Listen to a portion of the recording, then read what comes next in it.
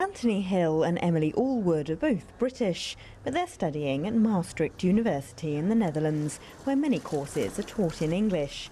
They were hoping that would pave their way to international careers, but after the UK voted to leave the European Union, they're worried.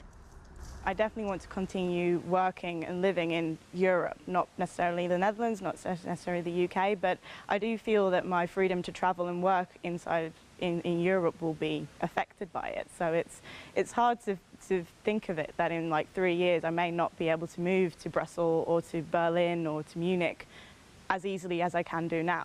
When I first came to Maastricht, I thought, I won't go back to the UK, but studying abroad has really opened my eyes to the opportunities that exist. So I was planning, internship in Brussels or job in Berlin. These are things that will become much more difficult with the Brexit.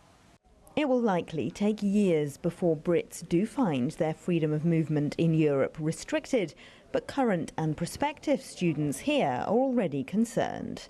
Here in Maastricht, British students pay just €2,000 a year in tuition, compared to more than 5 times that much back home.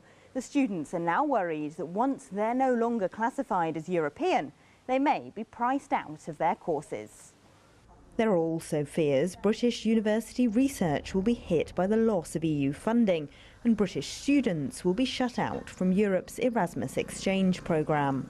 As an academic who, as a student, benefited from all of these opportunities, I say it's a huge loss.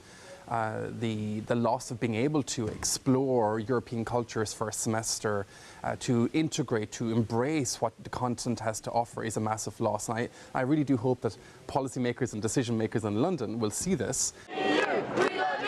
More than 70% of British voters under 25 voted to stay in the European Union.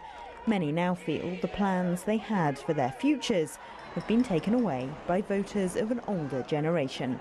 Elena Casas, CCTV, Maastricht in the Netherlands.